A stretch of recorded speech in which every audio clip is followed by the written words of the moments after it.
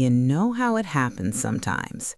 You're sitting alone, maybe the house is quiet, maybe the TV is on, but you're not really watching, and suddenly something pulls you back, not to a place on a map, but to a feeling. That's what Shane does.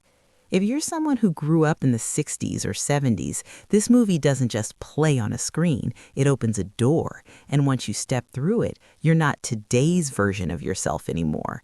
You're walking back into a time when things felt simpler, even if life wasn't. Do you remember that feeling? Back then, men didn't talk about everything. You went to work, you did your job, you came home tired, and you carried things quietly. Movies understood that. Shane understood that. Shane didn't explain himself. He didn't sit anyone down and talk about his past. He just showed up, helped where he could, and kept moving forward.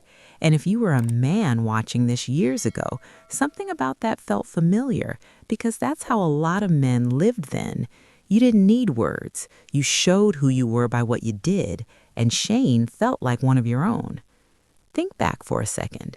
Going to the movies wasn't casual, it was planned. Friday night, Saturday afternoon, maybe a drive-in or a small-town theater with worn seats and a glowing screen.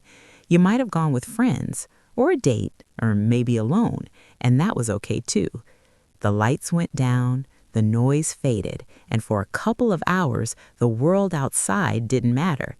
Shane came from that world, a world where movies didn't hurry you, where scenes took their time, where silence meant something.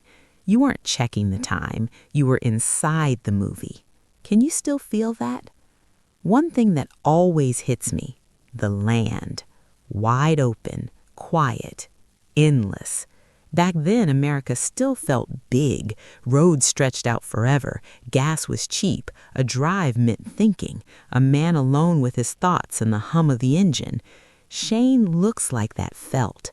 Just space, time to breathe, time to think. No rush.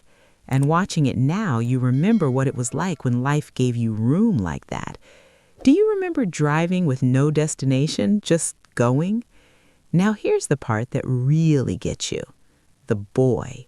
Watching Shane the way boys used to watch men back then, with respect, with curiosity, with belief. Because heroes were different.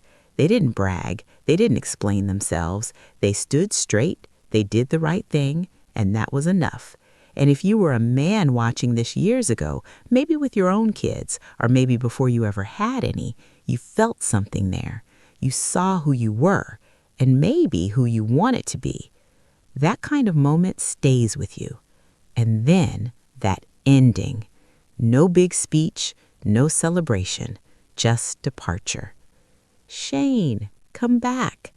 That line doesn't fade with time. It follows you, because by the time you hear it, you understand something.